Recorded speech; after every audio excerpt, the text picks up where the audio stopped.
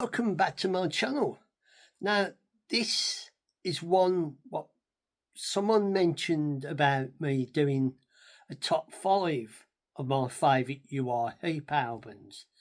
This is for UR Heap fans, but I've sort of picked out 10 albums. Really, I couldn't pick out favourite ones. I just picked out ones that I thought are interesting, and I will sort of say why. So this is, well, top 10 in not any order, just random. So for my first choice is UR Heap, Casting and Colours. This was their latest one, what was made in 2022. And the reason why I picked this out is because it's from the latest lineup, and I think it's their last album, and it's very a very good album, and that it's got all the same UI Heap but in its own style, because this is from the band what is now. So this is my first choice. And on the back there are all the names. This is the CD. I think this is the only CD that I picked out of them, because I couldn't really pick out really favourites, because I like all of them. They're all different. But I thought from the latest lineup, I decided to pull this one out and that, and have a look at this and that. And for on next one, because the person in the comments who noticed that I am a UR Heap, their last album that they sort of brought of UR Heap was High Mighty. So I thought I'd pick this out, because I think it was the last one what the lead singer did.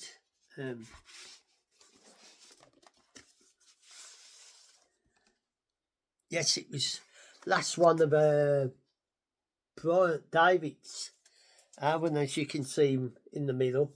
There's only, from this lineup, there's only one member still alive, and that's Mick Box.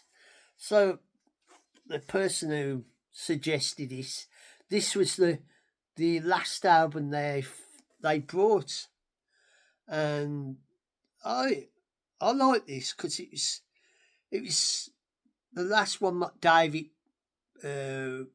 was with the band before he got sacked, because he had I think he had a drink problem. So this is the final one they did all together. And on this is another One Way or Another. That's one of my favourites, and that. You can't keep a good band down. So this was from 1975, and this was like their early days. So continuing the early days and that, this next one is the album what is the one I got to see them at the Birmingham Odeon, because they liked, I think they had a thing for Birmingham, and this is Return to Fantasy, and this is their 1975, and on this is Return to Fantasy, Sandy Lady, Devil's Daughter, Beautiful Dream, quite a lot, and as I'll show you the lineup from this album, and they changed the one part, the guitarist. I don't know if it was because Gary, what's his name? I can't think of his name. Had died and that. He was only 27. So he died in the 27 Club. So one of my, well, you could say this is one of my personal favourites, is Innocent Victim. And the reason why you could say this is one of my favourites, well, personal favourites, is because they've got tracks like Free Me and Free and Easy. And I really like that one of theirs. And I don't know what he's got in there, because there's it's got all the lyrics. So so that's you could say that was one of my personal favourites. But I mean, and next we have Different Worlds. So Free and Easy, I forgot to tell you what year that came out in. Free and Easy came out in 77, and they had a different lineup. Lead vocals was John Norton, because he was with them for a bit, but then he left. So for our next one is this one, and this came out in 1991, and we had lead vocals. This is one with Bernie, because this is one of the ones with the lineup. What are now two have passed away: Lee Kersley and Trevor Bonnan, I think, who was on drums and bass. They have passed away, and I think this has got these. So this is the reason why I picked this out. It was just by chance, and it was like one of the new ones. And you got Blood on the Stone, Which Way Will the Wind Blow? And I just picked this out because I like the cover and that, and it's a bit different. So, talking about covers, our next one is one of these brilliant covers, and it's Demons and Wizards. And the artwork on this is one of my ones that I like because of the artwork and that. And this shows you the original, the band and that. And on this you had, this was from 1972. And it doesn't tell you tracks. I don't know if it does. But the reason why I like this is because it's the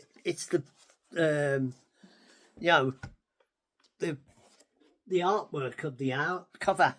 So you had Wizard, Travellers in Time, Easy Living, Circle Hands, and this was one of the early ones when they was first started. I think this was their. I don't know if I'm right or I might be wrong. I think it was their fourth one. I might be wrong by then. Someone might put me right, but I don't know if it was the fourth or fifth one, because I know the first one was Salisbury. No, was it? No, Gypsy. Easy something and easy. Ever easy. I can't think of the name. Then there was Salisbury. Then there was Look at Yourself. And I think Demons and Wizard was the next one. So the next we are going to look at is Raise the Silent. And the reason why I picked this out, because it's got a cover version of Hold Your Head Up. And I like this version and that.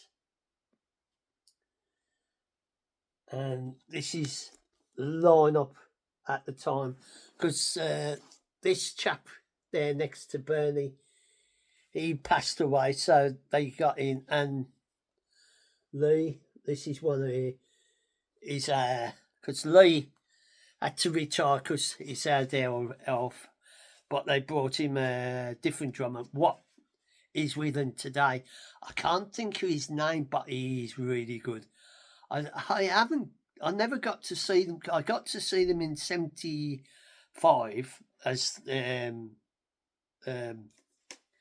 album Return to Fantasy, but I haven't got to see them since. I missed out on my chances. So this is another one of my favourites because I like their version of Hold Your Head Up, what was the Argent cover. And then for our next one, I've still got the price on this. Now this is their 10th anniversary. The 10th anniversary limited edition, $3.99 at the time of this. So this came out in 1979.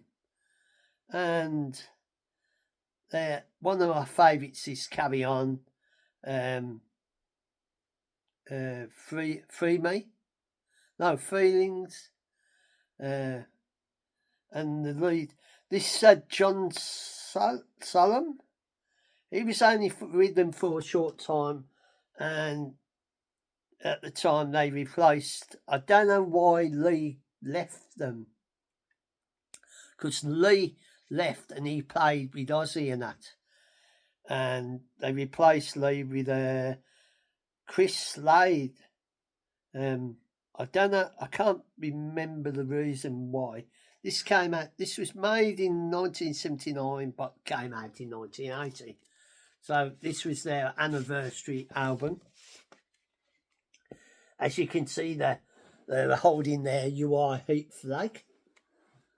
And this next one, it's got to be a personal favourite, because the reason is this is my only pick of the live albums.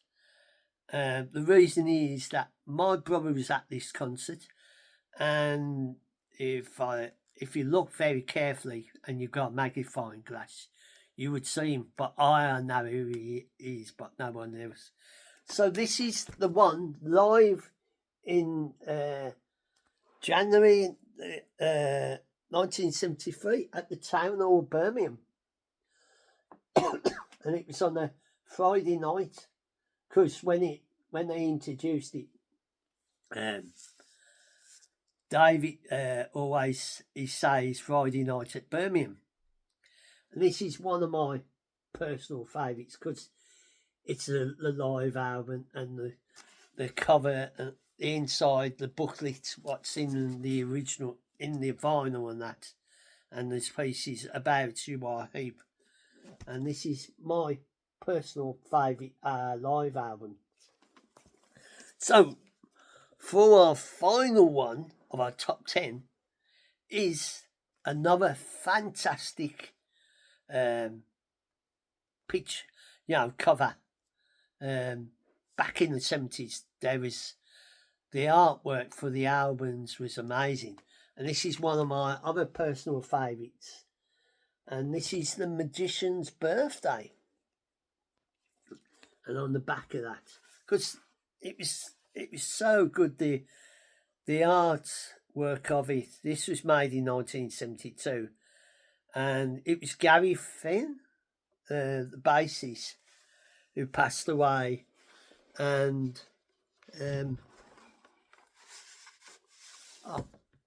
so we had Sunrise, Spider Woman, Echoes in the Dark, Rain, Sweet Lorraine, Tales, and Magician's Birthday. So this is my sort of top 10 UR Heap albums that I've just picked up. Not favourites, well, some are. But I mean, the thing is, I couldn't really choose my personal favourites, because I liked all of them. I really, the music has changed, the band is, you know, members come, members have gone, members have passed away. Um, a certain follower said about Keith Harvey, Henley, one of the keyboards, that he did some stuff, but I hadn't really got to listen to him. But I've been meaning to go and try and find some of his stuff. So if I can get hold of some of his stuff, I'll do a talk about him. So this is like a top 10 of UI heaps. Albums that I've just picked out of all of them what I've got. And to my friend who's a UI heap follower, I hope you enjoy my little personal look of my sort of favourite UI heap albums, and my top 10. I couldn't do a top 5 because there's so many in that, and that was lucky. I got it down to a top 10 because there's so many albums they made and so good ones. I just, I couldn't choose which is which and all the greatest hits and that.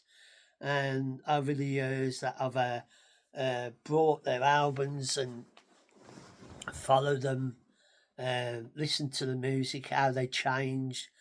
Our members are all come and gone and that, and only Mick Box is the original member from the band. They was from London, and in 1969 they was formed, and then they was called something else, but I can't remember what the original name, but they decided to call themselves UI Heap, and that name is stuck, and they've got a big fan following.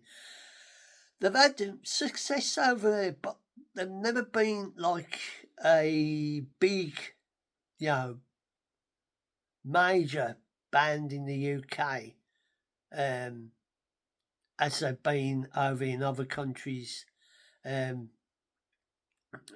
this is my little look of the top 10 of UI Heap albums, and I hope you enjoy this. My friends who follow me who are UI Heap fans, and if you enjoy this little thing to do with my top 10, if you've got a top 10, tell me your favourite top 10 or top 5 UI Heap albums. What are your choice in that? This is just a random pick. So for now, I'll say a fond farewell. And whenever you watch this, I hope you are safe and well. And if you enjoy this video and you want to subscribe to the channel, you're more than welcome. And to my friends, I hope you are safe and well. Take care of your loved ones, your friends, your colleagues, and be good to everybody. And I will catch you on the flip side for other things that I can tell you about. So for now, I'll say a fond farewell and catch you on the flip side.